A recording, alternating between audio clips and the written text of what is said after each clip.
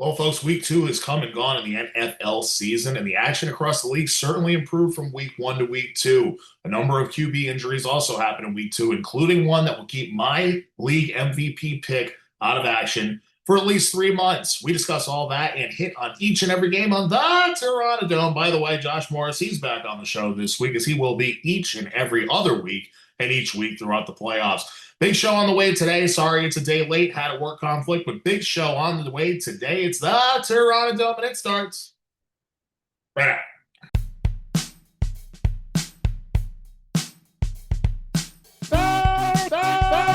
Terranadome. Minnesota was doomed from the start. I mean, this was a ass whooping. There's nothing short of that. It was a complete ass whooping. But I will tell you what, my friend, nobody circles the wagons like the Buffalo Bills. And it is time to get them back in the AFC Championship game. I believe that, listen, you're right about Derrick Henry, especially in cold weather. No one's going to want to tackle that guy. So it's going to be imperative for the Buffalo Bills to jump out early in this game and get a lead and force Lamar Jackson to have to play from behind. If they can do that, they're going to win this game. Mention things that we love to hear, like we're getting the entitlement out of our team, and we're going to earn the opportunity to come into this building every day. I absolutely love that. One thing I will say for sure, yes, they definitely need to go and spend some friggin' money. They're going to have the most cap space in the league, and I'm going to kill them every week on this show until they spend money. Known as fair square throughout my years, so I growl at the living foul. Black to the bone, my home is your home. Well, welcome to Terranadome. Terranadome, and it starts right now. Oh, folks, welcome back into the show. Day late, unfortunately. Not a dollar short, but a day late. Stupid little conflict at work yesterday. Don't worry. I'm not naming the company or anything like that, so you can't get me in trouble, and I know you people are watching. Hi, guys. Nice to see you. Anyway, welcome back into the show. It's the Terranadome week two, which means Josh Morris is on the show for the first time. I believe you can already see him. I think I have the multi-view up. I think I did it right this time. The man is wearing a lot of 49ers swag. A lot of paraphernalia today. He's got me beat 3-2 on the swag. So, representing our Patriots here. We will get into the Niners very shortly. That is the third game that I have got up, of course, because we're a New England-based show, and it's my show, let's face it. We're going to talk about the New England Patriots getting their first win of the season down in Miami, a place where they'd never beaten Miami quarterback Tua Tagovailoa. He was 7-0 coming into this game against the Patriots, but the Patriots go down in pretty much the hardest place for them to win in the last, 30 years. And they go in there, they drop 33 on Miami, win this game 33-27. Miami now 0-2, Pats improved to 1-1. First time the Patriots have scored 30-plus points in 3 calendar years. So, I knew it felt a little weird watching that game on Sunday, that seeing them drop over 30. I'm like, I feel like this hasn't happened in a while. It hasn't. October 2022. I charted every play of this game for the Pats, at least every offensive play. I didn't chart every defensive play. I might have taken a breath on defense a little bit. And I'm not going to go over every play. Don't worry. We don't have 4 hours here. But my takeaways, basically, offense looked very good here. Ramondre Stevenson stands out in this game. And Drake May proved me right. I told you were jumping the gun. Oh, the kid can't play. It's one game. He hasn't played at all in the preseason. It's his 13th pro start, but he can't play. He's cooked. He's a bum. No, May had a great game, 19 out of 23, 230 yards, 2 touchdowns through the air, did not make any stupid decisions, really didn't overthrow any receivers. Very good, crisp game from him. 31 on the ground, touchdown on the ground, sacked 3 times. Stevenson, 112 total yards. A little concerned for the defense, though, Josh, on the other side. I was going to ask you if even coming out of this game, how you felt about the defense, because honestly, they're a footstep away from losing that game, right? Possibly. And what Josh is referring to there is Devin A-Chain. I call him A-Chain. I think it's a Chan, but whatever. He's obviously a great talent, right, for the Dolphins. It was like a 44-yard rollout play to the left that he just scampered up the sidelines and beat everybody to the end zone. But he stepped out of bounds at the 26-yard line. Granted, that was with a little bit over a minute left on clock. It would have been like 1:04 left. Miami would have been up 34-33 at that point. I believe the Patriots still had 2 timeouts, so I'm not saying that that was a be-all, end-all, but that certainly changes the way that you look at the end of this game for sure.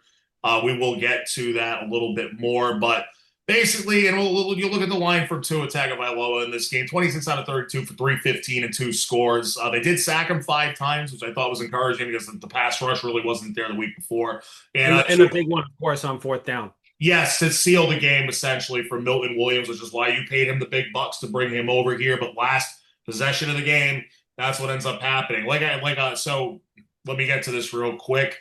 Defense couldn't stop a sloth for most of the game, but in Miami's final 2 possessions, key sacks from Harold Landry and Milton Williams, both free agent acquisitions, right? The Landry sack was on 3rd down in the penultimate possession. Marte Mapu with an interception on 4th and 9 followed that sack. So when the Patriots defense needed it, and yes, granted, certainly a little bit of luck with the A-chain play. I can't tell you that there wasn't luck involved there, but they get it done. I liked the play calling from Josh McDaniels in this game, whereas the first game, it was absolute crap. And Drake May was in the shotgun over 70% of the time in that first game. This game, he was under center 42% of the time. This is a kid that played mostly completely all shotgun in college. He looked comfortable, no poor decisions, some design runs, including the bootleg touchdown run to the end zone to beat Matt Judon. Matt Judon, lucky he's still collecting a paycheck. We loved Judon when he was here, but guy couldn't catch Drake May. May is deceptively fast. He's a good running quarterback. Josh, I get the feeling there's going to be more games like this for the Patriots in 2025, but in spots where, as a fan, I knew that they were going to fail, and they always did over the past several years, they did the opposite of that on Sunday. They came through when they needed to. As soon as they let up the punt return touchdown, which, by the way, was like a 75-yard boot out of the end zone by Behringer, the kid can skyrocket it, but he outkicked his coverage, and it was an easy touchdown return for Malik Washington. The Patriots immediately respond with a 90-yard kickoff return touchdown. And there's a great photo of it's from Antonio Gibson. You know, he's running the ball, and there's Vrabel on the sideline, like doing this, like he didn't stay with him for long at all. Pass defense is a concern here, right? And I do think Christian Gonzalez coming back and being able to stabilize another team's number 1 receiver, that's going to fix some things, but it won't fix everything, right? Yeah, I was going to say, do we think that one player makes that much of a difference? Not that much. You and I were both saying that we thought Miami, especially after that first game, they were cooked. And then they put up 27 points, and you got to look and go, man, like, I thought our defense was better than this. Yeah, I mean, considering I may have even mentioned it in the preseason, and I'm sure that, among circles of, I have plenty of friends that are Patriots fans. I expected like a top 10 defense this year, and it does not look even close to that, right? So they're trying to do things like take like the middle linebacker Spillane that they got in free agency from the Raiders. He's a really good middle linebacker. He's more of a run stuffing linebacker. They keep trying to drop him into coverage. That's no good. That doesn't work. Landry is not really a middle linebacker. He's a pass rusher. And on the back end, you let go of your best coverage safety, I thought. Kyle Duggar, not a coverage safety. You got 2 rookies back there. Jabril Peppers was a good all-around safety. I still don't understand that move. I don't. It'll stabilize things, but, great pass defense? I don't think so. You don't have enough really in the safety department. And you better hope that Christian Gonzalez is healthy when he does come back, because in year 3, I've kind of noticed something. The kid's kind of injury prone a little bit. As good as he is, he seems to always be banged up. So just saying. But it should stabilize things a little bit as long as he's 100%. One last thing I want to mention, maybe actually 2. They need to clean up some procedural stuff, right? They had 12 penalties in this game. That's no good. That's not acceptable. 4 false starts on my count. 3 of them were the veteran right tackle, Morgan Moses. And granted, Miami can sometimes be a tough place to play. It seems like the crowd's either really into it or it's completely dead, and there's really no in between. The Pats shifted from silent counts into cadences. Like they changed throughout this game, because you could see the crowd shots, and I'm sure you were watching the 49ers game and not the Pats game, right? Because it was on at the same time. But if you look at the crowd shots, half the time the stadium was like half empty. right? Mm. And another thing that I noticed, Miami like went 3-and-out on their first possession or two, and they booed the living crap out of them. I think these people are tired of Mike McDaniel, just a guess. Last thing I'll say, I know I'm going on for a long time here. Fourth overall pick, Will Campbell looks pretty good at left tackle through 2 games of the Very season. good. I've seen some Baldy clips, Baldinger, who Brian like, Baldinger, yeah, yeah, he does the like a lot of the like actual like post game analysis of a lot of these players, and very good, very he said he looks great. So good. I'll stick with him because I like his analysis of what I've seen from the clips I've watched of not just Will Campbell, but he did Brock Purdy last year as well. So the guy knows his stuff. Well, as long as he says good things about Brock Purdy, he knows his stuff. Yeah, I mean then he must. Yeah. So Baldinger is very good, and like the other one that I think is great is Merrill Hodge too. Merrill Hodge is one of the only ones that said Johnny Manziel was going to be a bust right out of the gate, and for whatever reason, neither of those guys are on national TV anymore. So I Probably don't know. because they speak the truth. Yeah, that's the problem. We don't like the truth. No, we like fairy tales. So I don't really want to go through too much stat wise because I've already spent a ton of time on this game. I will say that Devin Achane, 19 touches for 122 yards and should have had 2 touchdowns and another 18 yards on top of it. Drake May threw a great ball to Kayshon Boutte in the end zone here, a 16-yard touchdown catch. It was a great catch. Floater that he just trusted Boutte with. That's the one thing I want to mention, Pats fans, is Kayshon Boutte's turned into a damn good receiver. That was Bill Belichick pick. Sorry. But this was one, it was like a 50-50 ball, and May put it up there and trusted his guy to go get it. That's the stuff that you like to see. Tyreek Hill did have 109 yards receiving. Jalen Waddle did have 68, a touchdown. So mixed bag, but you'll take it. A win's a win, right? So Especially in a place where you guys historically never, haven't played well. just never. Not even Brady couldn't even win in Miami, right? Except for like a handful of time, like handful. I'd say that Miami and Denver are the only 2 stadiums that Brady's under 500 in his career, and I'm pretty much 100% sure of that. Next week, New England will face the Pittsburgh Steelers. It's on Sunday at 1 o'clock. In Miami, we'll talk about this a little bit later because they play the Buffalo Bills tonight on Thursday Night Football. Good luck, Dolphins. That will be in Buffalo. Speaking of Thursday Night Football, we're going to do a real quick one.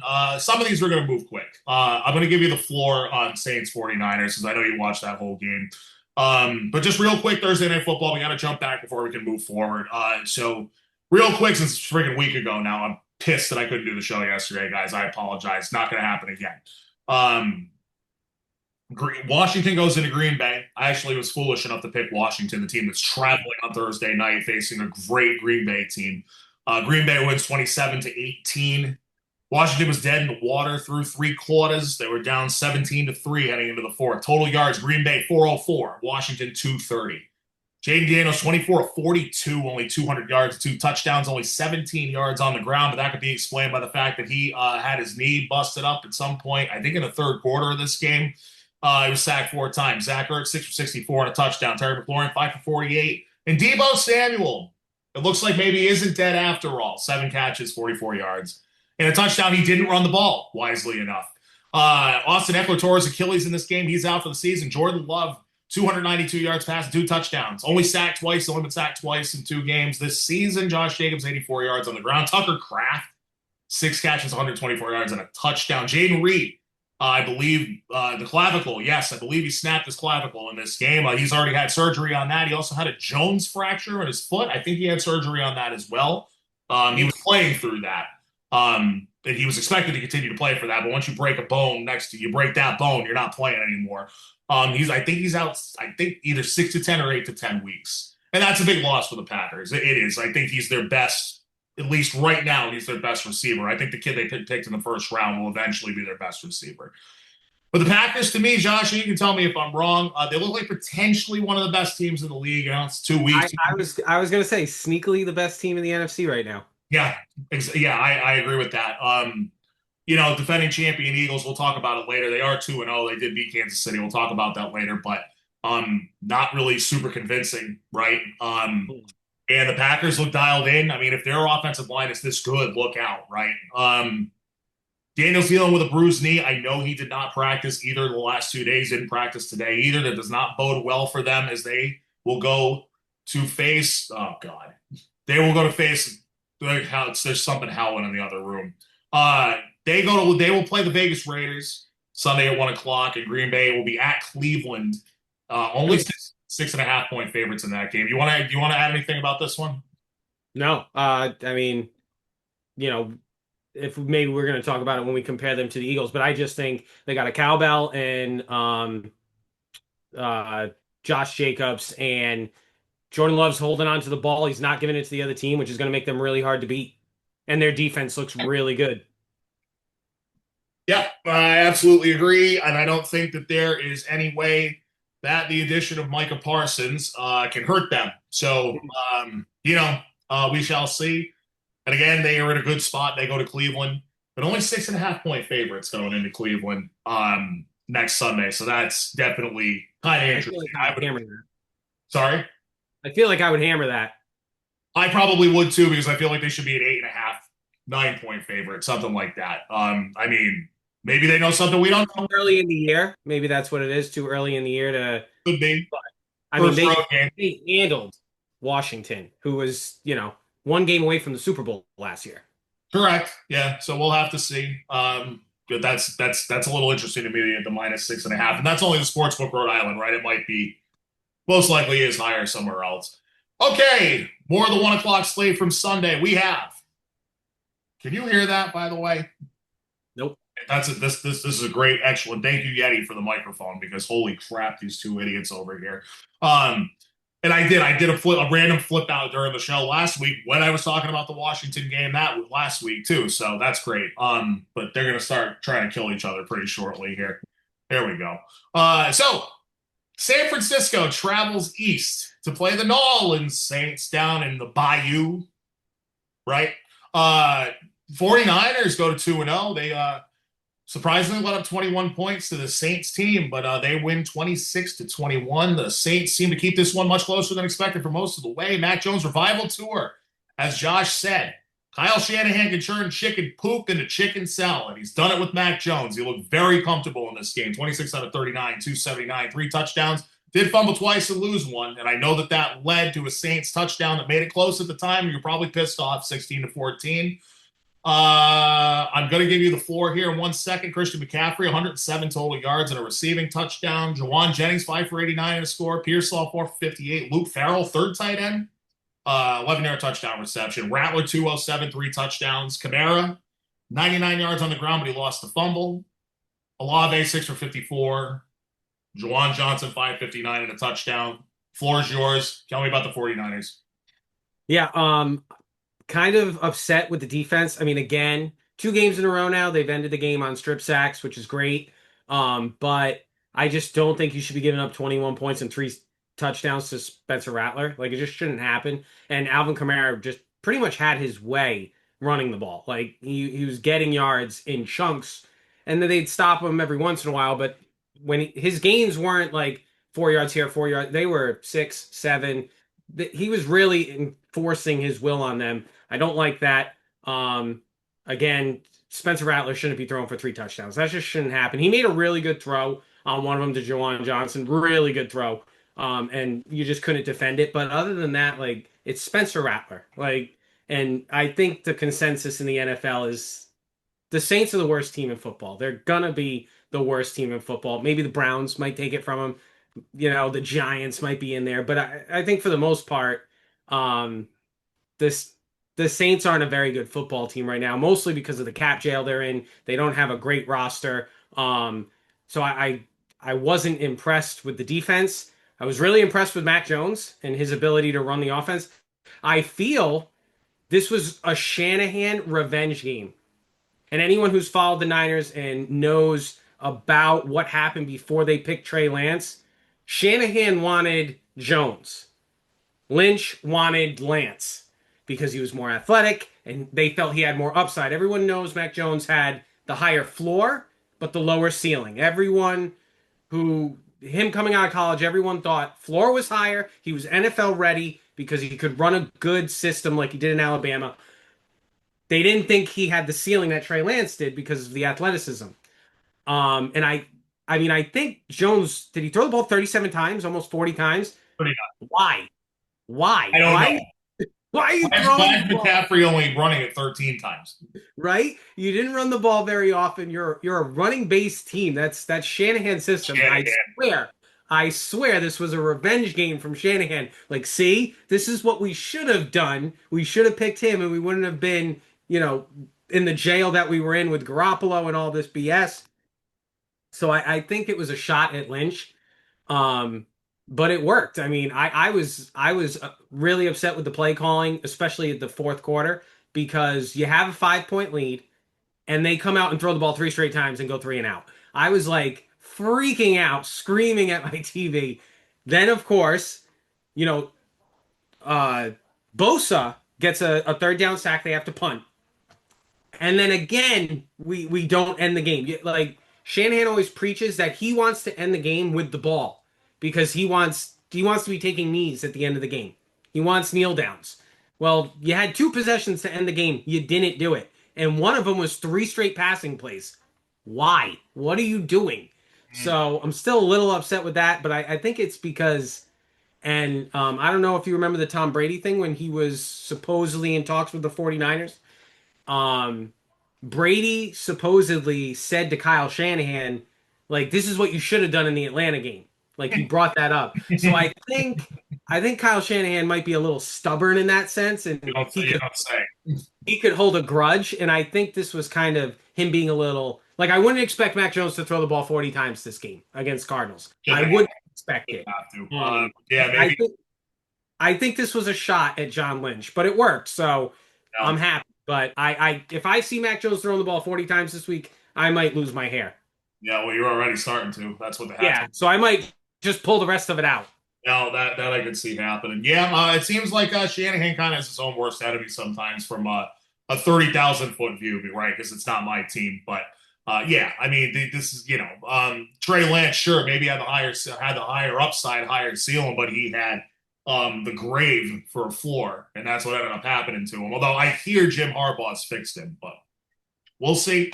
They definitely lucked out taking Purdy with that last pick. That saved their bacon, I gotta tell you. But yeah, career revival for Mac Jones. It's not impossible. He mentally, as a quarterback, mentally playing the game, X's and O's, he is good at that. He is good. Yes. Smart quarterback. He is. Also between the ears is like just such a giant baby. Scott, you should have heard them on the broadcast. They were talking about his breathing techniques. I wanted to vomit. Oh boy! And I know you guys heard it in New England. I know you guys never heard about that stuff. That's just beyond ridiculous. WEI used to put it on there all the time, like how he had his breathing techniques on the sideline. The sideline reporter for Fox was talking about how he's reinvigorated himself with his breathing techniques that he works on with the 49ers. And I was like, why are we feeding into this? It's called grow a pair, dude. Grow a pair. You're an NFL quarterback. Grow a pair, dude. Yeah. I mean, good for him, I guess. But he definitely wore out his welcome here with some of the antics and just some of the literally looks like he had a sprained ankle and like people were carrying him down the steps to the locker room. And he looks like he's crying, right? Like he's soft. He's soft. He was a child model. For God's sake, he you know what I mean? Like, they put kids in magazines. He was one of them. Yeah. Just saying, anyway. A little pampered. Yeah, seriously, we've spent way too much time on these first two games here with the Thursday night game in between. San Francisco hosts Arizona, who's surprisingly 2-0 on Sunday at 4:25, and the Saints next travel to Seattle. I'm not supposed to be spoiling the records of games we haven't talked about yet. They travel to Seattle Sunday, 4:05. Okay, let's get into some crap bag football real quick. There wasn't as much of it this week, not nearly as much of it. Thank goodness for that. Week 1 has really been a train wreck for several years now, and I don't really see an end to that happening. But let's take another juggernaut. The Buffalo Bills go into the Meadowlands and beat the New Jersey Jets 30-10. That would put the Buffalo Bills at 2-0 and the New Jersey Jets at 0-2. And to be honest with you, I feel like the score could have been even bigger discrepancy than it was. The Bills looked like they were playing a college team in this game. It was 20-0 Buffalo before the Jets got a 50-yard field goal from Falk with 4:21 to go in the half. Then I skipped all the way ahead to 30-3 Buffalo until a garbage time touchdown at the very end from Tyrod Taylor to Jeremy Ruckert. Oh, because Justin Fields, who went 3 for 11 for 27 yards in this game and 2 fumbles and lost one, he left the game with a concussion in the fourth quarter. Because why wouldn't Justin Fields get a concussion? Because all he can do is run the damn ball, and he's getting hurt. And this is what you wanted to put the host. You gave him a 2-year contract with guaranteed money. Jets. By the way, Jets 0 for 11 on the third down play. 0 for 11. Can't keep a drive going if you don't convert on third down. Total yards, Jets 154, Bills 403. That's those teams. Allen only threw the ball like 17 times. Allen threw the ball 25 times. He didn't have a great game. 14 out of 25 for 148. He didn't have to do anything. 6 carries, 59 yards. James Cook was really all that Buffalo needed in this game. 21 for 132. Turned into quite a good running back. Also have him in a dynasty league. 2 touchdowns for Cook. I really don't have anything else. Breece Hall, 10 carries for 29, and Garrett Wilson, 4 catches for 50.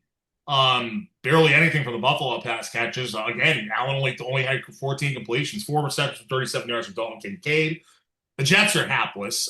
4 sacks for Buffalo, one of them by Joey Bosa, who also forced both fumbles from Fields.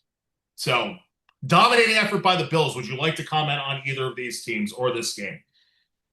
In my opinion, best team in the AFC. That's not really a stretch, but yeah. I mean, listen, I picked them to win the Super Bowl this year, so if I'm going to be right, they better be the best team in the AFC.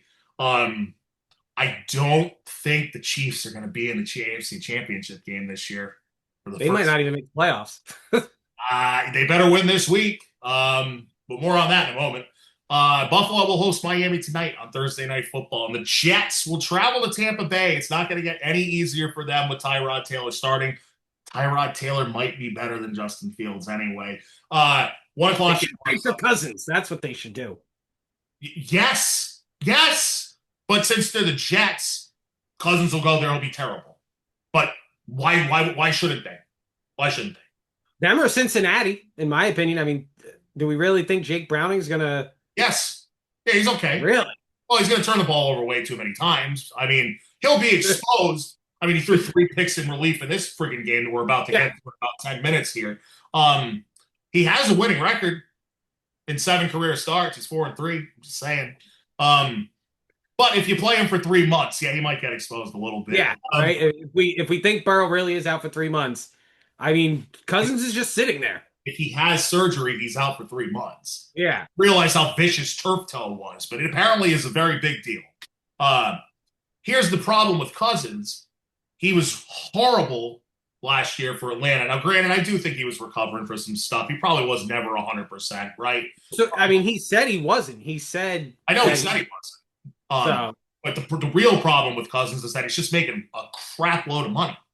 So, do we want to put him in as a stopgap? I mean, he'd be better than Justin Fields. I'm sorry, but Justin Fields sucks, okay? When DJ watches this show out in Fall River, and he hears me say, sorry, but Justin Fields sucks, he's going to raise his beer up.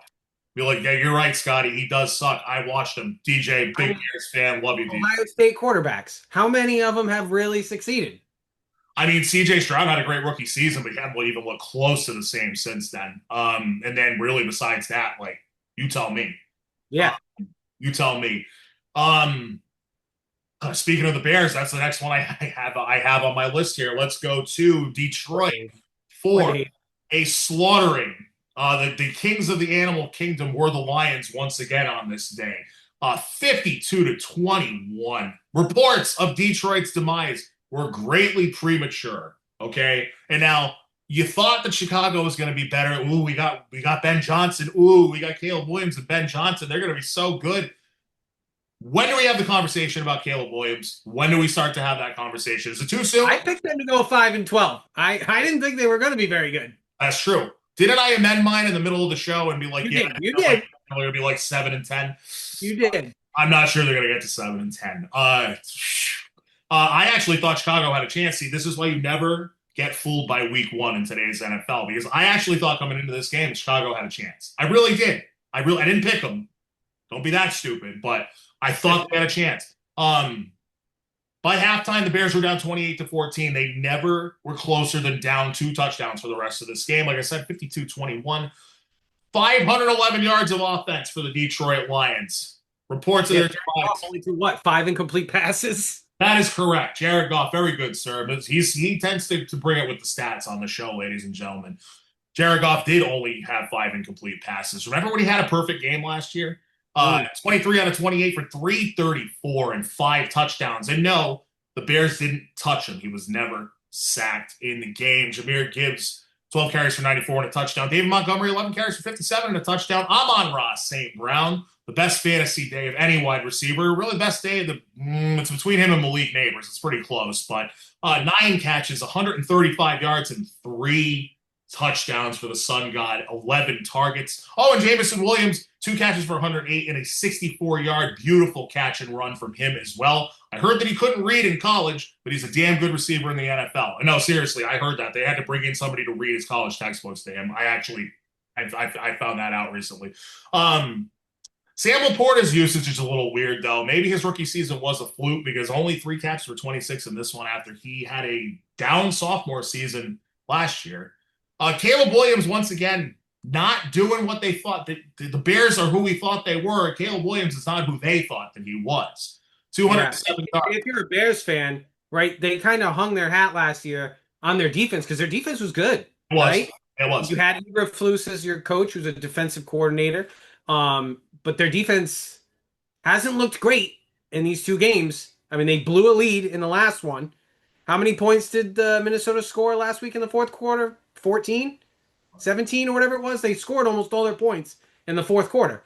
And now you let up 52? I mean, I don't know what you're hanging your hat on right now if you're a Bears fan. I'm sorry.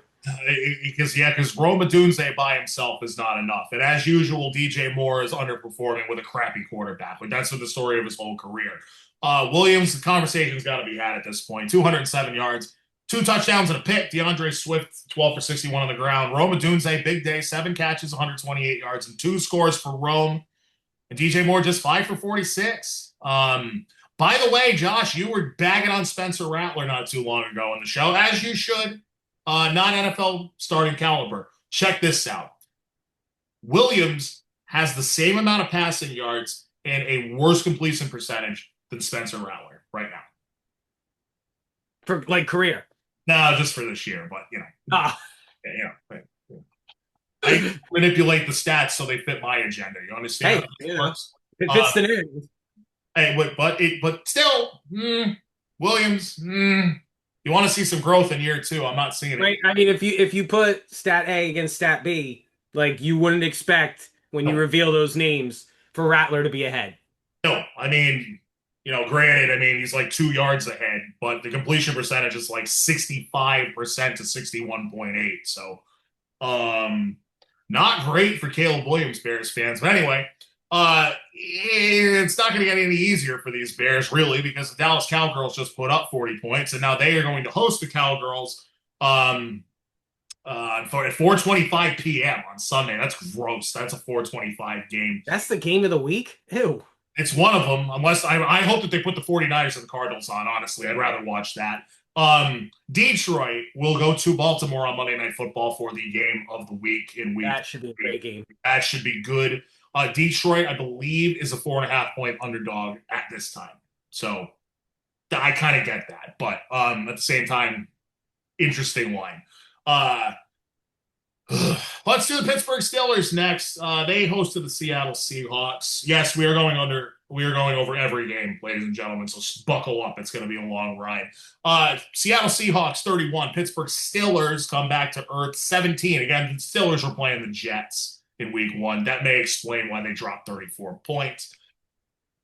But it was a tie game heading into the fourth quarter, and then the Steelers immediately imploded. And I know you've seen the play that I'm about to describe to you right here.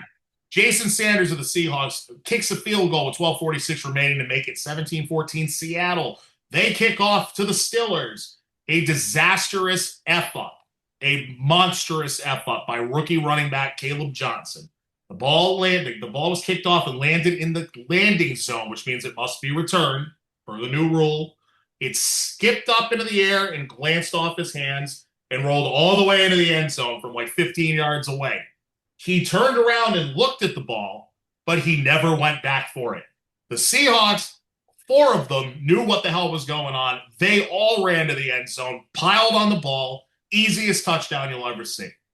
Easiest touchdown you'll ever see. Now, if that goes out of the end zone, is it a safety? Is that how it works? Right, because it can't be a touchback at that point, right? Is that true? Well, it has to be returned, right? Yeah, I think so. Yeah, so right? Either way, right? So, I mean, I think Caleb Johnson was looking at it as old rules because I don't think it touched him. I think it went right over his hands. No, it touched him. Oh, maybe it didn't. I don't know. It looked like it went right through. I watched it live, and you could tell he didn't even make an effort. He just kind of looked and went, I think he's thinking, oh, that's a touchback. Well, and then, so is that on him or is that on the coaching staff? Probably the coaching staff because he's a rookie. But at the same time, that stupid rule, that kickoff rule has changed 3 times in 3 years now. So yeah, no, absolutely. We figure the F out here, you know. So anyway, it looks really bad on Pittsburgh. That sank them. It was 24-14. Kenny Walker would add a beauty of a touchdown run from 19 yards out to make it 31-17 with 3:41 to go. And then Rodgers, trying to do something that he can't do, throws his second interception of the game on the ensuing possession. Seahawks would force the Steelers to burn all 3 timeouts and essentially ice the game after that. Big D, Sam Darnold. First day. Seahawk. Again, I know. I'm not going to do the same thing this year. Right? So you got to pick a new gimmick quarterback every year. That's my rule. 295 yards passing, 2 touchdowns, and 2 more interceptions for Darnold. And those interceptions did result in 10 of the Steelers' 17 points. Kenny Walker, 105 on the ground and a touchdown. Zach Charbonnet, a concerning 15 carries for 10 yards. The 2 stud receivers for the Seattle Seahawks, both were studs in this game. JSN, 8 for 103, and Cooper Kupp, after doing nothing in his Seattle debut, 7 catches for 90 yards. I was able to grab him in a different Dynasty League off of waivers, and I was very happy about that. That's surprising. Sorry? That's surprising. It is. It's very surprising. I'll agree with you. I also had like the 7th waiver, so I really can't believe I got him. Thanks, guys. Thanks for not paying attention. Aaron Rodgers back to earth, 18 out of 33, just 203, touchdown, 2 picks against a real defense, I guess. Jalen Warren, 14 carries, 48, 4 for 86, and DK Metcalf against his former team. 3 catches for 20 yards and a touchdown, relatively quiet. Anything you want to add here? Yeah, no, other than, if you're betting Seahawks schemes, I would hammer whatever JSN's number is, because other than him, I mean, you have Kupp, but they really don't have a lot of options to spread the ball around. And Darnold's kind of known for, jiving with someone and then just feeding them. Yes, he did it with Jefferson last year. A little bit less so with Jordan Addison. But again, it's another situation where you have 2 number 1 receivers. One of them's just a little bit better than the other one, and he's a lot younger too. JSN is a legit stud receiver. But not a lot of people know that being up in Seattle. Next, Seattle, as we mentioned, will host the 0-2 New Orleans Saints at 4:05 on Sunday. That won't be the game of the week. And the Pittsburgh Steelers, as we've mentioned, will travel to the New England Patriots. Patriots 1-1. By the way, the Patriots are underdogs in that game, guys. So you know what to do, because I don't know where the love for the Steelers is going. Again, they only dropped 34 on the friggin' Jets. So I don't know. It's tough. It's only 2 games in. I love the Pats plus 1.5, and we will talk about that later on in the show. But that is it. Now let's go to another one where it looked like it was 2 teams in 2 different leagues. Ready for this one? You know where I'm going with this. The Baltimore Ravens against the Cleveland Browns. The Ravens were only favored by 10.5 in this game, I think. Only. Well, they won by 24. 41-17. Brownies 17, Ravens 41. Cleveland poops their way to 0-2. Ravens get a much-needed bounce-back win at 1-1. One could argue the Ravens should be 2-0, but of course the choke job's on them. This one, really good performance from Lamar Jackson in this one. I needed him to run one in, and he didn't, but that's okay. 19 out of 29, 225, 4 touchdowns, didn't even have to run, which is weird to see him just throw the ball. But Derrick Henry, very quiet, 11 carries. I was going to say, they didn't even run the ball well. No, they didn't. But I mean, Cleveland couldn't put any pressure on him. Flacco had a very bad game. Flacco giveth, Flacco taketh. Maybe be taketh more at this point. Zay Flowers, 7 catches for 75 yards. DeAndre Hopkins, 2 catches, 64 yards. A really, really good looking touchdown catch. And a couple of random guys that I didn't even know about had the other 3 touchdowns from Lamar Jackson. I don't know their first names, but it was Walker and Wallace. I don't know. I'm sorry. I'm a hack. Um, Joe Flacco, just 199 yards passing, a touchdown, a pick, and a lost fumble. And I can tell you that both of Flacco's interceptions resulted in touchdowns. So you can't have that. That's my boy, but That's a Flacco special. What's that? Sorry. That's a Flacco special. That's a Flacco special, especially at age 40 with no offensive line to speak of. Dylan Gabriel, their third round pick, actually did get into this game. Was he a third round pick or a fourth round pick? I think he was third and Shador was fifth. Shador was fifth. That's right. Thank you. Gabriel actually got into this game late. He went 3 for 3 for 19 yards, and he threw a touchdown pass. So good for the kid. Quinshawn Judkins, the 36th overall pick in the 2025 draft, held out all of camp, almost went back to college. They didn't sign him until like 2 games before week 1. And he actually got 10 carries in this game for 61 yards. That's like your only bright spot for the Brownies. The 2 tight ends combined for 9 catches and 88 yards. Jerry Jeudy, 5 for 48. The other rookie running back had a touchdown reception, and Cedric Tillman Jr. had a touchdown reception. We've already mentioned it, Josh. Do you want to comment on anything with the Ravens here? Because I feel like I'm running you over at this point. No. I think the Ravens and the Bills, that'll be where one of those teams, that's where the AFC is coming out of. Yeah, I mean, that's how it should have been last year. But, since Kansas City lucked their way into a 15-2 record, that's not what happened. Instead, they ended up playing each other in a classic in the divisional round, won, of course, by Buffalo. As we've already mentioned, Baltimore will host the Detroit Lions on Monday Night Football. Lions are 1-1. That's probably the game of the week. And Cleveland will host the Green Bay Packers, who are 2-0. That's at 1 o'clock on Sunday. Okay, we're almost through the 1 o'clock slate. I've only got 3 more games to go on the 1 o'clock slate. Oh, boy, I can speed this one up, huh? Rams 33 at Titans 19. Tennessee actually led this game late into the Rams 2-0, by the way. Titans 0-2. Tennessee actually led this game late in the third quarter, 16-13 with 3:32 left in the period. Rams would score 3 straight times over the next 12 minutes and 17 seconds of game play. I can tell you one thing that I did see while having Red Zone on one TV and the Pats on the other. Cam Ward, first career touchdown pass, a thing of beauty, was chased out of the pocket, rolled all the way down the right sideline, chucked it back across his body, which you're never supposed to do, but it was a heave. He chucked this thing. It was an absolute dot. It was beautiful. It was a beautiful throw. Got away with one, but beautiful throw. He hits fellow rookie Elik Ayamanor? Whatever. I was told that I should have picked him up in fantasy. I think I missed the boat in all but one league. I have 7. In perfect stride, left side of the end zone, touchdown, but otherwise pedestrian. Still adjusted to NFL football. I still think the kid's going to be good eventually, but they really got to put more around him, right? I mean, definitely an uptick from his first week. So, yeah, I mean, his first week, he barely threw for 115 yards or whatever it was. 133, yeah, something like that.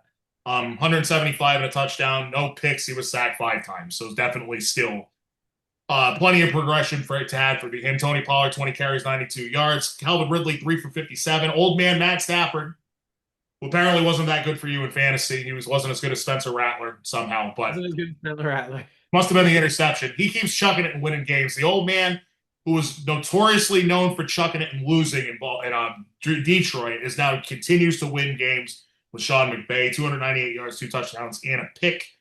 Puka Nacua had a great game, 45-yard rushing touchdown, 8 catches, 91. And Devontae Adams breaks out first game with the Rams, 6 catches, 106 yards, and a touchdown. I'm going to note this every single game that all 3 of these guys are healthy this year, but 22 of 33 Stafford targets went to Puka Nacua and Devontae Adams. We'll keep track of this. It's now 41 out of his 62 attempts that have gone to those 2 guys. 66% of his attempts. He knows where his bread is buttered. He had Calvin Johnson all those years. What do you think of Stafford and the Rams as a 49ers fan? I'm not nervous about him. I'm not.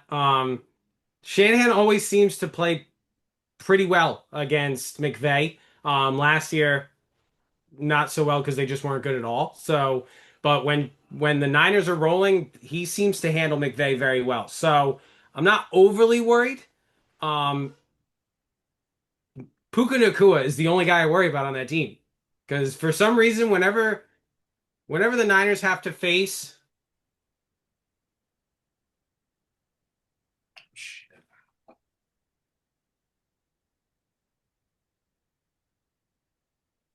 get in the room. Oh, you did that backwards. You were muted for whatever you were just making, whatever point you were just making. There you go. That's my fault. Yeah, that's okay. Yeah. So, whenever the Niners face the Rams, they seem to like just let one guy go off. So Puka Nacua scares the crap out of me because I have a feeling when they play the Niners, he'll get 10 catches. And now they have Devontae on the other side. So it's like you're gonna have to let one or the other go off. And it's which one? Pick your poison. They're both really good receivers, and I don't care how old Devontae is, he's still a stud. He absolutely is. I mean, that's the thing. I mean, you do have to pick your poison because it's hard to shut down two number one receivers at the same time. Um, yeah, I get it though. I don't know when they play the 49ers first on the schedule. You probably do. I think soon, week 5 or 6, week 5 or 6. But yeah, well, you get that. I'm going to tell the people that the Rams will be traveling to Philadelphia for a 1 o'clock game in a rematch of, I believe that was the NFC divisional. Yeah, it was the NFC divisional round that was in the snow last winter. Philly, as we will mention in a moment, is 2-0. That's a 1 o'clock game. Tennessee goes to Indianapolis, who is also somehow 2-0, even though they shouldn't be. 1 o'clock game on Sunday. Okay. It is week 5 on a short week. Is it Thursday night? They love putting divisional games on Thursday night. They do. They really do. They love that. It's really a recipe for crap football, but you know. Anyway, all right. This is an important one, Josh. My MVP pick goes down. I no longer have an MVP pick because I was going to say I think we jinxed both of our MVP picks into injury. We did, and it really bums me out about Burrow. Man, he's one of the best in the league. So in this game, Bengals 31, Jaguars 27. Bengals do go to 2-0. But in the second quarter with 9:02 left, Joe Burrow sacked by Eric Armstead. Come on, get the words out. Armstead lands on his foot, and Burrow immediately in pain, grabbing it, whatever. Diagnosed with turf toe. Apparently, grade 3 turf toe is like really bad. I didn't know that until Sunday. It's determined he's requires surgery after the game. He is supposed to have it tomorrow as long as the swelling has gone down long enough. They say he's out at least 3 months. It's already the third major injury of Burrow's career. He's also been sacked 202 times in 71 games, which is quickly looking like he's going the way of Andrew Luck. And no one wants to see that. Now Jake Browning gun came in, produced fireworks for both teams, including a 1-yard touchdown run that he definitely did, including a 1-yard touchdown run with just 18 seconds left to give Cincinnati the win. Browning did throw for 243, put it up 32 times, completed 21. 2 touchdowns, but 3 picks. And he had that rushing touchdown. And you still win. That's impressive. It is. Maybe the Bengals defense is getting better. I don't know because he handed them 3 extra possessions, but Trevor Lawrence gave 2 back. So Burrow was 67 for 76 yards and a touchdown before the injury. Jamar Chase went nuts. 14 catches for 165 yards and a touchdown on 16 targets. He's ridiculous. T. Higgins 3 for 56 and a score on 8. And Trevor Lawrence, 271 yards, 3 touchdowns, but 2 picks for Lawrence. Again, never a clean line with Trevor Lawrence. Brian Thomas just 4 catches for 49 on 12 targets, and Travis Hunter just 3 catches and 22 yards on 6. Lawrence's INTs led to 10 points. Oddly enough, only one of Browning's 3 interceptions led to points. It was an 11-yard touchdown pass to Travis Etienne late in the third. As I mentioned before, Josh, a 4-3 record as a starter. And you think that the Bengals should at least consider Kirk Cousins while Burrow's out? If you think you're going to make the playoffs, then yes. Like, if they have a bunch of faith in Jake Browning, then I'd say go for it. But if you have playoff aspirations, you should be looking for a guy that's been to the playoffs, has been a starter, like a full-time starter for most of his career, not a career backup. Because now you know you don't need a backup to you don't need a placeholder for a game or two. This is a season now, right? So why wouldn't you want a quarterback that's started a full NFL season? You're talking about like 11, 12, 13 games, something like that. Yeah. You get Burrow back for the last few weeks. You got to at least have like 7 more wins by then. So And it's one of those things where I think Kirk Cousins wouldn't be against it because if say a team does see him perform with them, I could see him go, okay, well now I can sign a deal with someone else. You know what I mean? yeah, I mean, there's still 3 years left on the ridiculous deal Atlanta gave him too. I forget how much guaranteed money's in that, but he's paid. So I mean that's the only real obstacle for any team that's trading for him is he's getting an absurd amount of money right now. Which I feel like I've already made that point. Next, Cincinnati is at Minnesota in a game that was originally supposed to be Joe Burrow against J.J. McCarthy. It's now Jake Browning against Carson Wentz. Awesome. Minnesota is 1-1. We'll get to that later. Sunday, 1:00. Jacksonville will host Houston. Houston not off to a good start this season. 1:00 game there. Last of the 1:00 games. Wow, we are like an hour in already. My goodness. Well, luckily there's not a lot of 4:00 games. So no, there are only 3. But there's still like 6 more left. But anyway, Giants at Cowgirls was not expected. What a game. Let's just start with that. What a game. 78 points out of these two teams. I never saw that coming. Yeah, the two teams combined to score on 3 straight possessions from 10-20 left, or 9 straight possessions. I'm sorry, that's a different number. 9 straight possessions from 10-20 left in the third quarter until the end of regulation, with Brandon Aubrey tied at 37-37 with a 64-yard field goal. Russell Wilson was having a career day. Josh, 450 yards passing for Wilson with 3 touchdowns. A sparkling line was connected with Malik Neighbors and Wan'Dale Robinson at will. And yet, he throws a back-breaking interception to screw the Giants. Late in the time. Yes. Awful. Just awful. So bad. Double coverage. Like, no chance of this ball being completed. And there's only, 3 minutes left in overtime? Like 2 minutes, something. You have to live to punt and then tie. Like, that's what you have to go for. I suppose. You certainly don't want to have happen what had happened. Interception happens late in overtime. It sets up the game-winning field goal for the Cowgirls. And Aubrey, just as he did at the end of regulation, as time expired, Aubrey would win it with a 46-yarder in overtime. Cowgirls 41, Giants 40. It's 40, not 41, stupid. 40-37. Cowgirls win it. I should probably stop calling them Cowgirls before I get in trouble.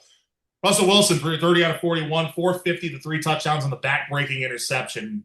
Cam Scattaboo taking the number 1 job from Tyrone Tracy in the backfield, 11 carries, 45 yards and a score. Malik Neighbors, elite receiver. Give him a quarterback to play with and watch what happens. 9 catches, 167 yards, 2 scores, 13 targets. Wan'Dale Robinson, if the kid could ever just stay healthy, 8 catches for 142 and a touchdown for him. Other side, Dak Prescott put it up 52 times. 38 completions, 361 yards, 2 touchdowns and a pick. Javonte Williams back from the dead still. 18 for 97 and a score for him. CeeDee Lamb, 9 catches for 112. Jay Ferguson, 9 for 78. George Pickens, first touchdown as a Cowboy, 68 yards. On 5 catches, does Wilson have something left in the tank with an elite receiver, an emerging one like Robinson? Does Wilson have something left in the tank? Because he did this last year with the Steelers, too. I was going to say, this might be that Russell Wilson game like we had last year where we get on the and we're like, maybe he can. And then, he'll come out next week and throw the ball to the other team every time. And then we'll be like, no, he's cooked. Russ is cooked. Yeah, we used to say, let Russ cook back in the day. I will say this, though. Both these defenses are gross. I was going to say, that was going to be my next point. Maybe the Giants aren't so bad, or maybe the Cowboys' defense is that bad. Dallas's defense is brutal. Like, some of those passes were good passes, and then some of them I could have thrown. Like, there was no one near these receivers at times, and it's like, these are just blown coverages. That can't happen. Like, 1 or 2 a game, you're like, oh, okay, whatever, we had a blown coverage. This was happening repeatedly. You let up 450 yards to Russell Wilson. What are we doing? Not prime Russell Wilson either. No. And 36, 37-year-old Russell Wilson. End of his rope, Russell Wilson. Well, The Dallas defense has a chance to get right when they go to Chicago next week. As we already mentioned, the Bears are 0-2. That's the 425 game. I still hate that so much. That's a good remedy for anyone in the NFL. Sure. What may be even worse than that is that the Kansas City Chiefs will host the Giants on Sunday Night Football next week. Ew. That's prime time? That is brutal. Prime time. Gross. What did you guys think it was going to be? All right. 4 o'clock window. We only got 3 games. And honestly, like, 2 of them are pretty boring, so I'm going to try to fly through this as quick as I can. Cardinals go to 2-0. They beat the Panthers 27-22. Panthers drop to 0-2. It's another ugly Cardinals win with Kyler Murray doing just enough while not excelling at all. Criminally underachieving. Bryce Young looked like doo-doo for the entire first half and then almost led his team back to win the game in the second. I was going to say, they made a flurry. They made a flurry at the end there. More on that in a moment. Cardinals were up 27-3 with 9:23 left in the third quarter, and then Panthers would go on 3 straight touchdown drives. They failed to convert the 2-point attempt on the first 2. Panthers also got the ball back at midfield with 1:58 to go with a chance to win the game. They turn it over on downs. That's 2 games in a row for the Cardinals. Correct. So a little luck involved in the 2-0 here. Bryce Young, 11 out of 18 for 111, a pick and a lost fumble in the first half. Those 2 turnovers led to 10 points for the Cardinals. In the second half, he put it up a ridiculous 37 times, only completed 17, but 228 yards and 3 touchdowns in the second half. He was much better. Chuba Hubbard had a receiving touchdown. Ted McMillan looks like a legit number 1 receiver in the league. That might have been Kid looks really good. He looks good. That would definitely can help a young quarterback. 6 catches for 100 yards for McMillan. On 10 targets, and Hunter Renfrow, of all people, is apparently back from the dead after missing all of last season and really the season before that with injury. 30-year-old Renfrow, 7 catches for 48 yards and 2 touchdowns. For the former Raider, on the other side, another mediocre, gross Kyler Murray stat line. 17 for 25, 220, a touchdown and an interception. He ran for 32 yards. James Conner only carried the ball 11 times, 34 and a score. Marvin Harrison Jr. just 2 catches for 27 yards. They are ruining that kid's development out in Arizona. Murray can keep saying that he's going to be fine all he wants, but the problem is not with him, it's with you, little man.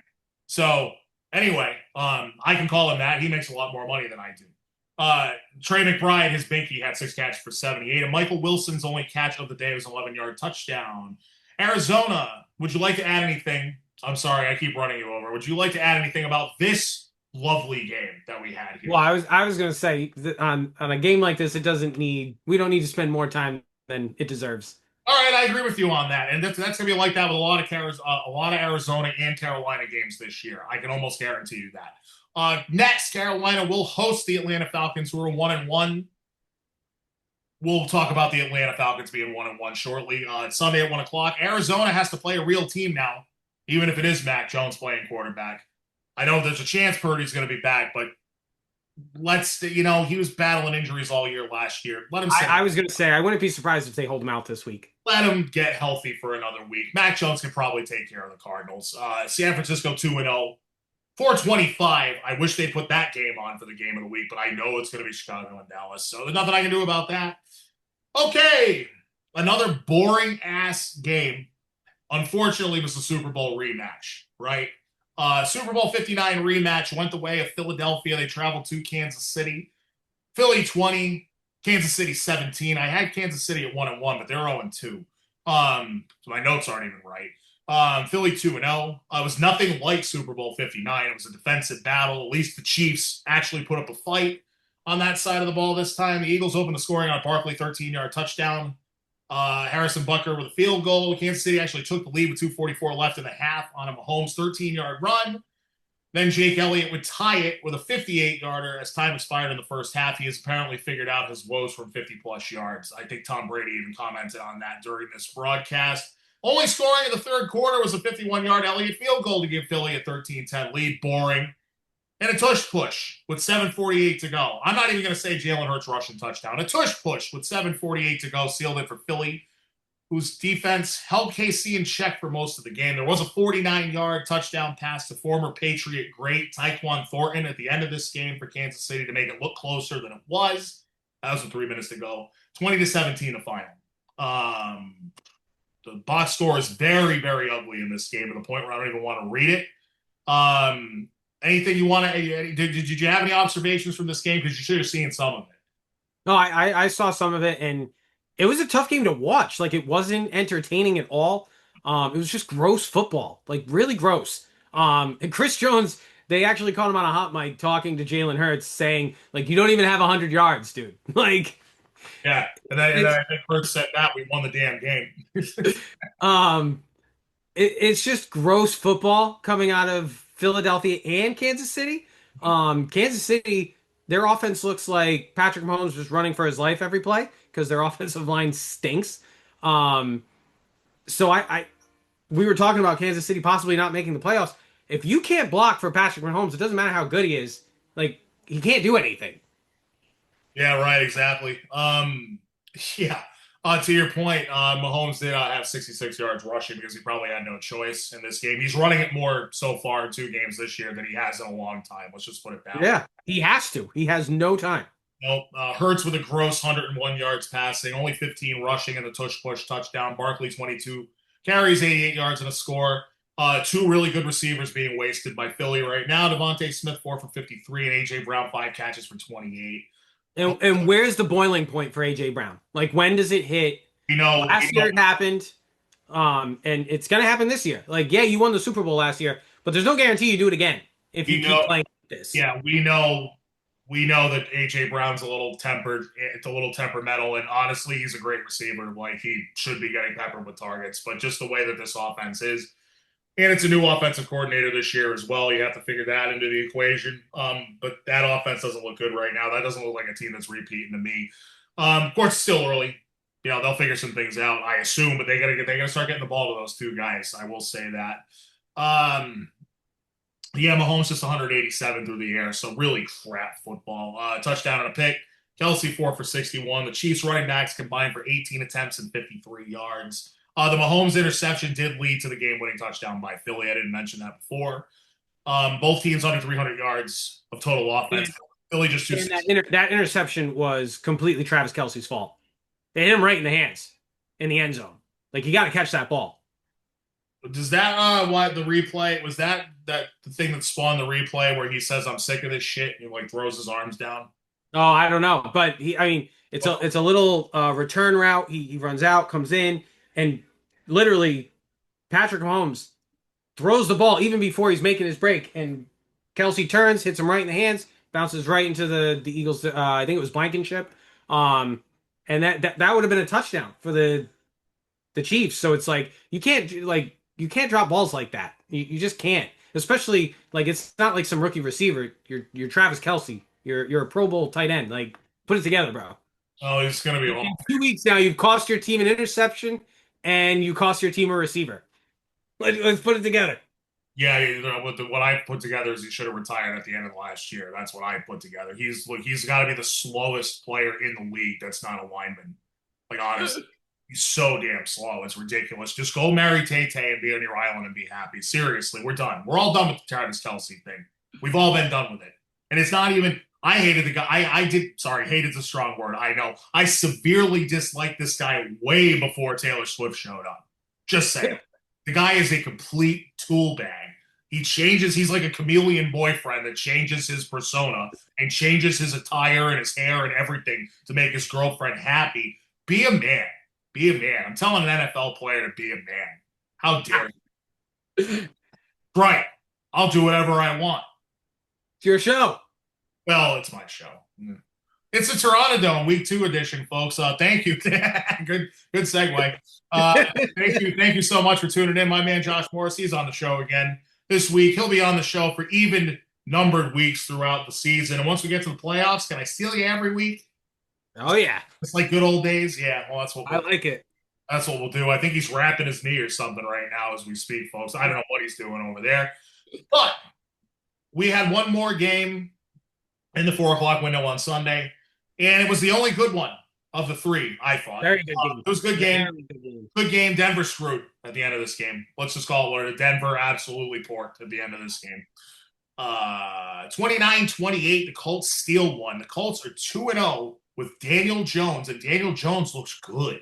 Indiana Jones. Oh, that's awful. That's terrible. Did you come up with that on your own at least? No, no, no. Oh, Mike Florio was saying it the other day. that's terrible. That's awful. You didn't even come up with it And on we got to retire Danny Dimes. We got to go with Indiana Jones. Makes sense. no, now this is the first. This is the first time he actually looks like he should be called Danny Dimes because he is. He's dropping dimes all over the place. He's throwing some amazing balls. Looks great.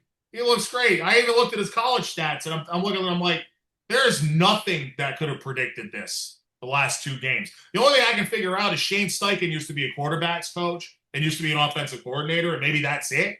I don't know.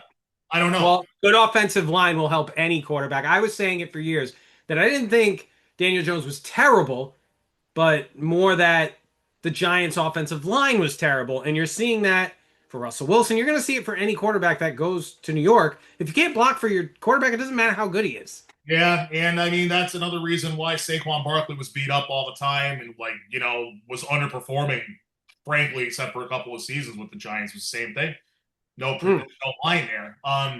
Indy's has made a priority to beef up their line ever since Andrew Luck retired early, and they finally woke up and said, "Oh, maybe we shouldn't let that happen again." Yeah. But man, what a great decision to move on from Anthony Richardson and give the veteran a chance here. I can't believe I'm saying this stuff. But we should point out the leverage penalty, which has only been called like 30 times since the year 2000 in the NFL. Something like, I think it's 31 times. I saw this somewhere. On a block kick attempt by Denver, they got called for 15 on a leverage penalty. When the ball was not touched, it didn't affect the play at all. The kid misses the kick. It was a 60-yard attempt. No good. But instead, clock runs out, penalty's thrown, Indy gets an untimed down. And now it's a 45-yarder. Well, that one was good. So it goes from 28-26, Denver wins, to Colts 29-28. I have to wonder what kind of money was on Denver in this game and what kind of money was on Indy. I seriously have to wonder that because that shit looked weird. That's my two swears for the week. I can't do anymore. The leverage penalty was bad. The leverage, it wasn't egregious. He didn't jump on top of him. He barely touched him. But I want to go back to before the kick. So Indianapolis, obviously, they have the target line on the broadcast and stuff, so you can see where they want to get for the guy's career long. Well, they were 4 yards behind that career long. If you're Shane Steichen, why are you calling 3 straight runs? You got to try to get some yards and make this an easier kick. Why are you depending on a 60-yard field goal? Yeah. Take away the leverage. You shouldn't have even won because your play calling was so bad. Make a play and make this an easy kick for the kid. I never said that Shane Steichen was smart. I just said that maybe he knows quarterbacks. No, I agree, but I'm just saying, too. You and I, we're watching the game, and I am saying, why aren't you throwing the ball? Why aren't you trying to get him a makeable kick? 60 yards isn't a gimme. No. I mean, they've been making it look like that the last couple of years, but in reality, it's really not easy to kick a football accurately from 180 feet away. No. So, yeah, you make a good point there, but they get away with it anyway. They balled out on offense, though. Daniel Jones threw for 316, threw one and scored and ran for one. Jonathan Taylor, still looks like that guy. 165 yards on 25 carries. He had 50 receiving yards and a touchdown there. Other side, Bo Nix did throw for 3 touchdowns, but also a pick and only 206 yards. J.K. Dobbins led the way in the backfield, 14 carries, 76 yards, and a touchdown. And Troy Franklin, who I hadn't heard of until Sunday, and that's probably on me, 8 catches for 89 yards and a touchdown. He looks like Nix's new target. So we shall see. Maybe you know something that I don't, but I don't know. That's kind of 2 ugly games for Nix in a row. Are we going to start to see a trend here? Is the sophomore slump in play? Sophomore slump's always in play, I think, but that team is really good. It's really well coached. I don't know, because he started off really poorly last year too. And they ended up lighting it up in the second half. I'm not willing to go there yet.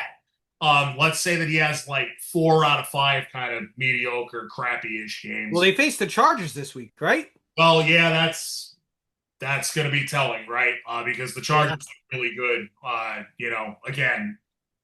So, yeah, we'll get to them in a second. Chargers? I know. I did it during the show last week. I don't know if you caught that. I know. I was quite excited. I figured you were. So yeah, we'll talk about that in a moment. Indiana, the Colts will travel to the Tennessee Titans, who are 0-2. That's a 1 o'clock game on Sunday. In Denver, as you just mentioned, at the Chargers at 4:05 on Sunday. That's the game. That's really the game that I would like to see. That should be America's game of the week, but that's a CBS game, not a Fox game. It sure is. That's right. So, yeah, we will get to the Chargers in just a moment. Sunday Night Football, more crap. I'm going to try to get through this as fast as I can. A primetime game that was crap. It was awful. And there's another game. There's another primetime game that might be even worse on Monday. We'll get to that. This game was just a bunch of field goals. Falcons 22 at Vikings 6. Great. Right. Gross football. Both teams now 1-1. Falcons already had the game won when they were up 15-6 on 5 field goals to 2. When Tyler Algier ran one in from 5 yards out with 3:22 left to go. It was clock control and field goals for the Falcons. J.J. McCarthy once again played like crap. I can't swear 3 times on a show. Then I have to flag it. 11 for 21 for 158. 3 interceptions, 3 fumbles, and 1 loss. Oh, and he got himself hurt. He's out 2 to 4 weeks with a high ankle sprain. Maybe that's not fair. Probably isn't.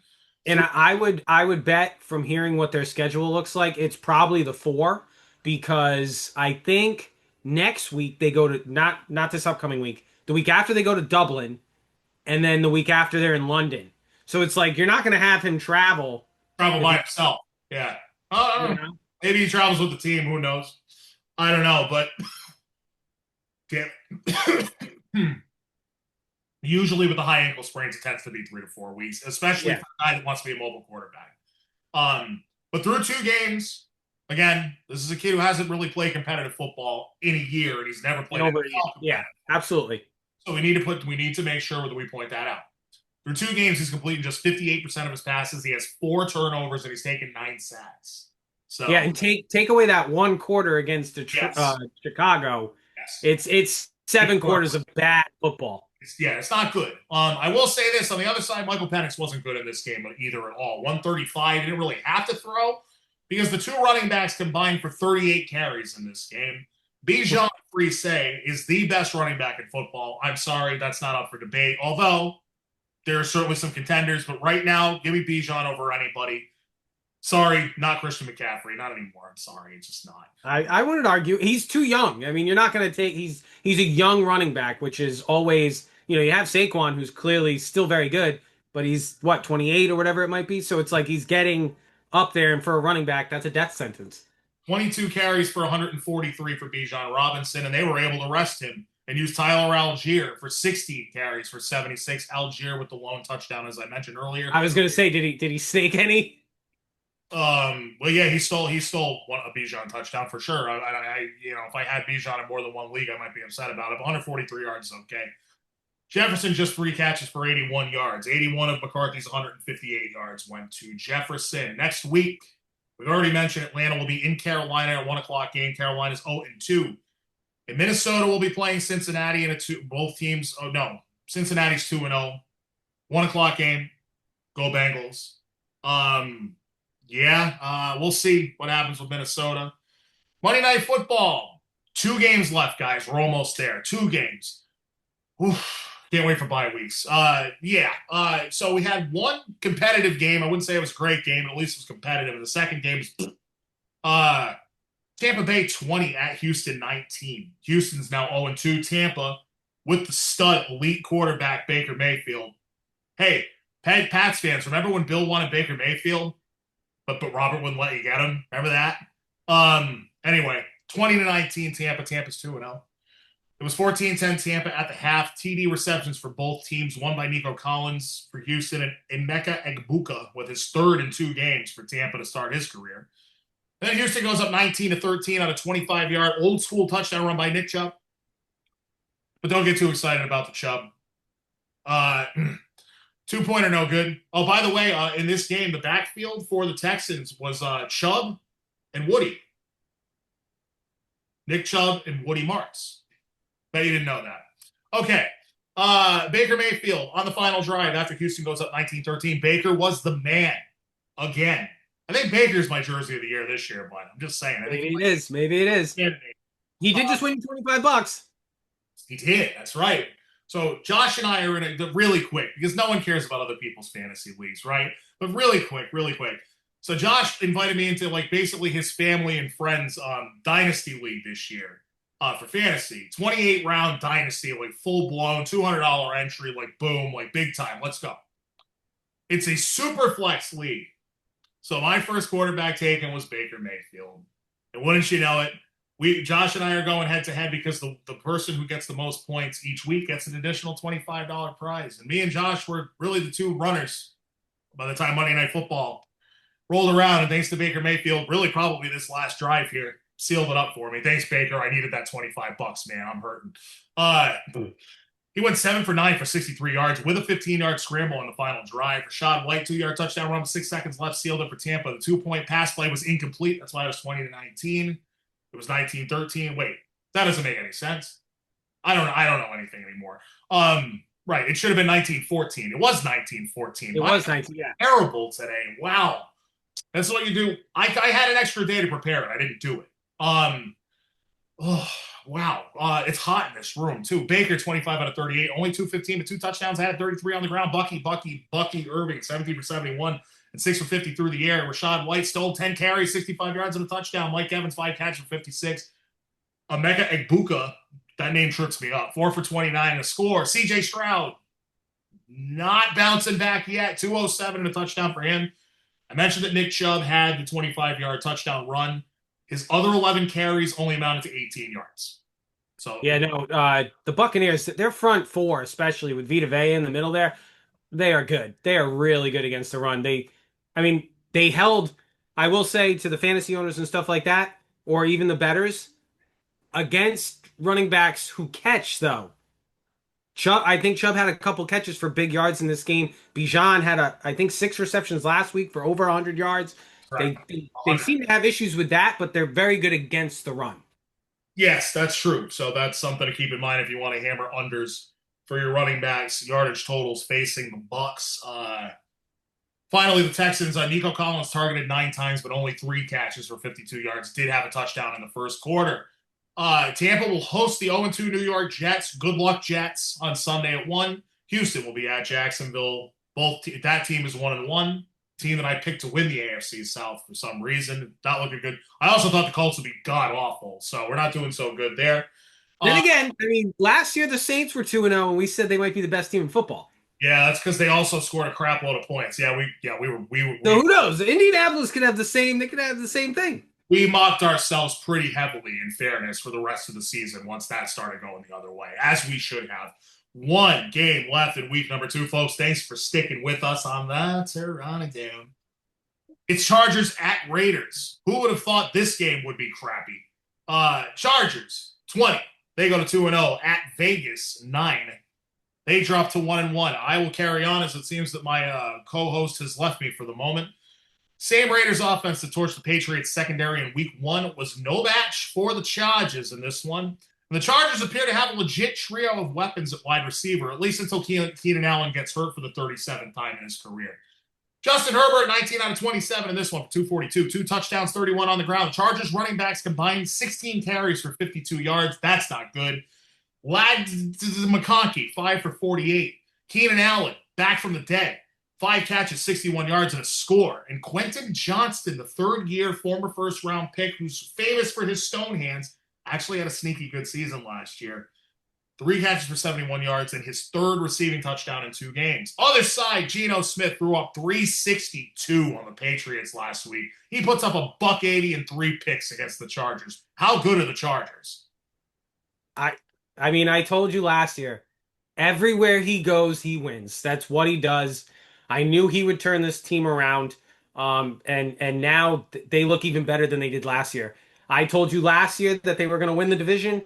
I should have stuck with it in our, preseason predictions. I should have just stuck with my gut because they're that good. And Justin Herbert, again, just like Alex Smith, just like any quarterback who is under Harbaugh, they seem to flourish.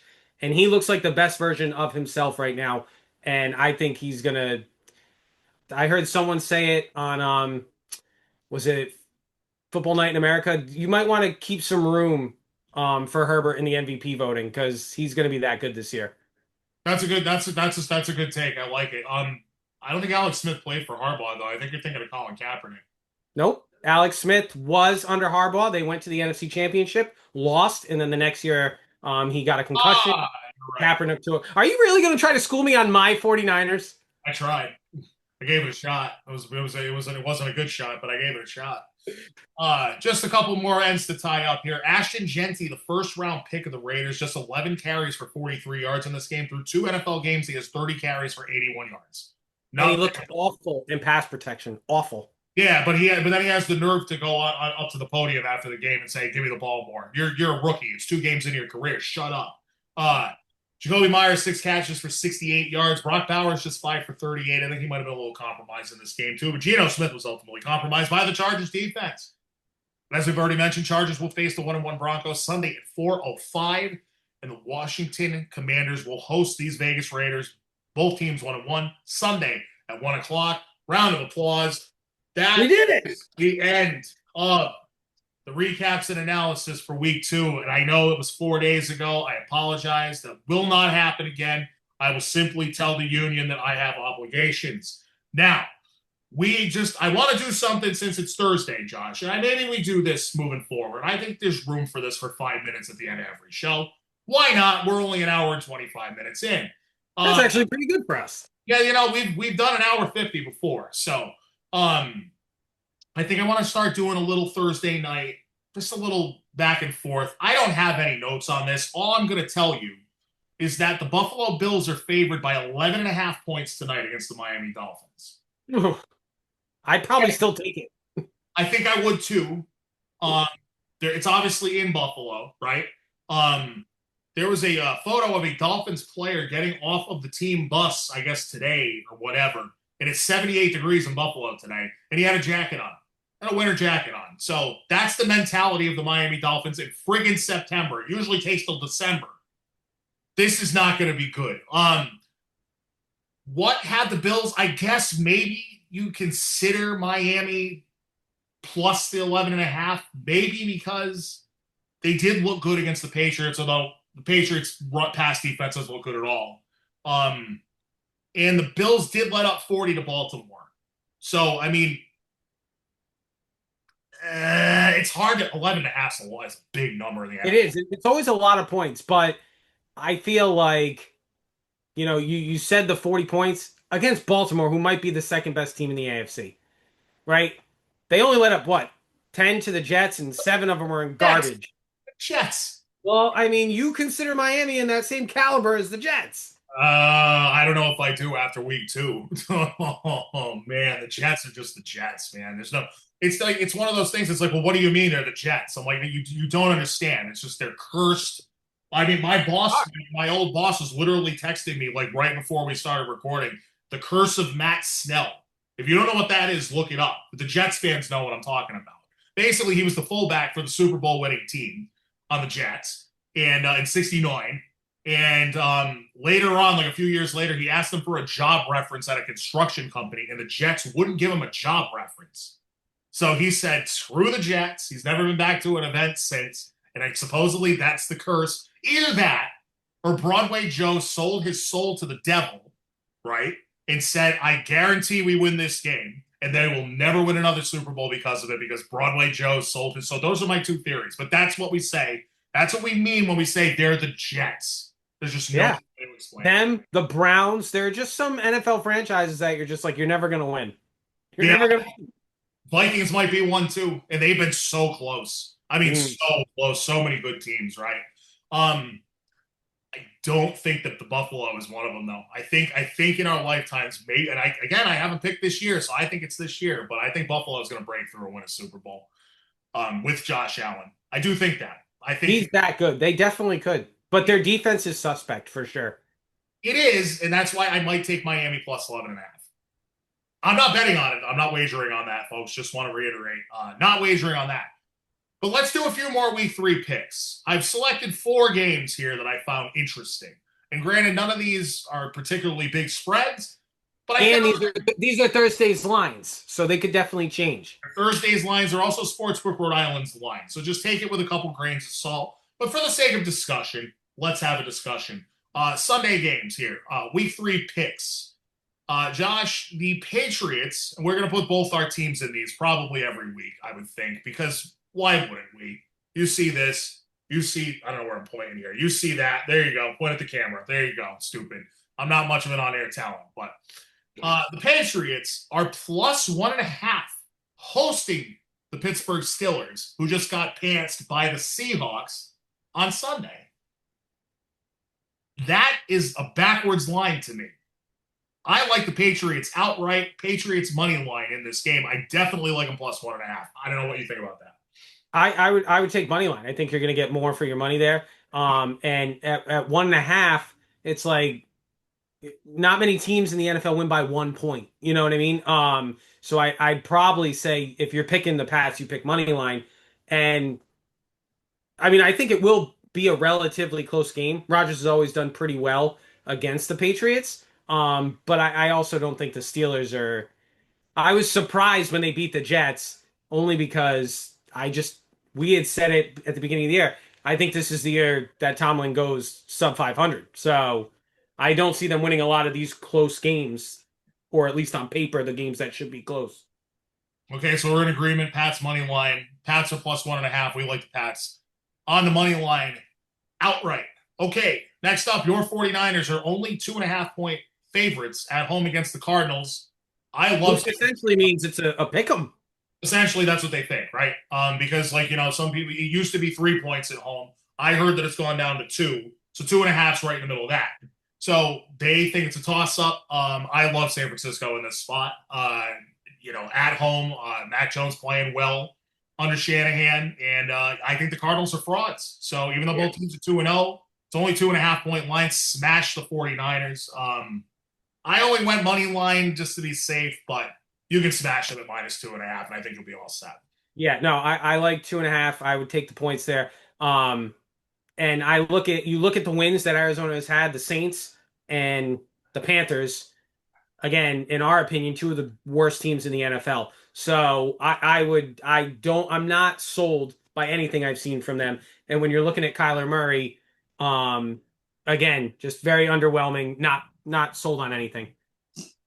Yeah, no, neither of those 2 wins for Arizona were convincing either. Neither of them. Not even against the Saints. Now, of course, we're going to tiptoe over the fact that the 49ers also grazed by the Saints, too. But that's okay. You highlighted that earlier. We don't need to go back into that. We both like 49ers minus 2.5. Okay, the other 2 that I picked, we'll do this one first. And I don't know if you're going to agree with me on this one, but the Rams are traveling to Philadelphia, 2-0 teams. The Rams are plus 3. And again, that's basically Vegas saying, we don't really know. But I think the Rams win this game outright. Wow. I do. I do. It's tough to pick against, because every time I seem to pick against the Eagles, because they look so ugly, right? Like their football just looks so ugly. They still seem to find a way to win. Good teams do. I think Saquon is going to be tough for the Rams to stop. Granted, I think was it in a snow game last year that they couldn't stop. Yeah. So that's when it changed. That's when the game changed. The Rams were like ahead, and they looked real good to win that game. And then snow started coming down, and that was it. Philly just turned the lights out, started running all over him. That was it. I could see it going either way, but just because Philly always seems to bone me, I'm going to go with Philly. Okay, so that's probably going to be the only one that we disagree on, folks. I like the Rams outright. You like Philly to cover or Philly on the money line? 3 points. I'd say, actually, you know what? That's so tough.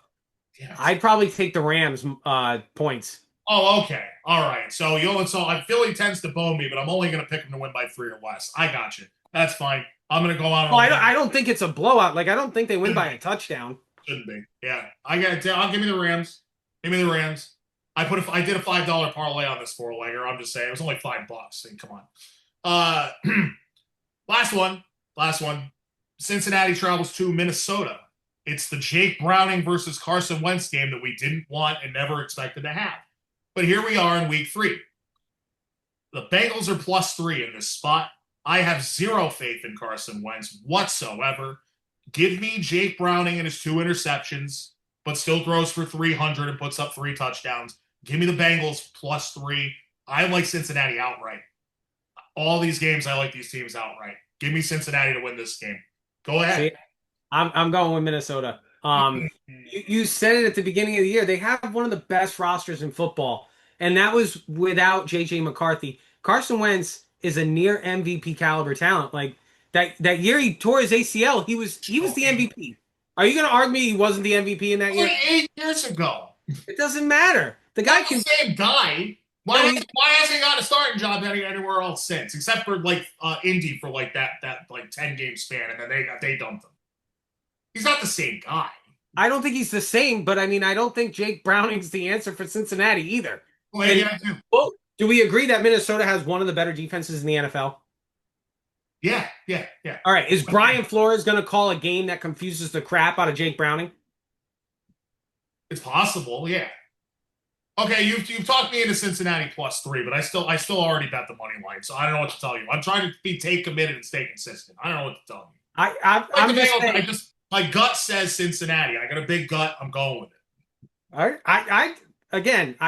It's one of those games where you're betting on backup quarterbacks. Hell yeah. Give me backup quarterbacks. Right? Like, you don't know what you're going to get. You have no idea.